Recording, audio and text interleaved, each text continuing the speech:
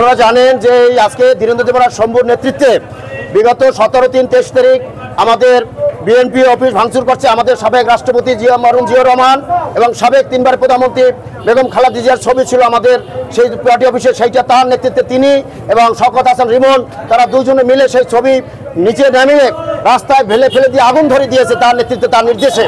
এবং আমাদের অফিস ভাঙচুর করে সরকারি রাস্তা অন্তর্ঘাতমূলক কার্যের মাধ্যমে তিনি এই ঘটনা ঘটিয়েছেন। ফলে আমরা বিগত 17 বছর কোনো মামলা করতে পারি নাই, কোনো মামলা নেওয়া হয় নাই।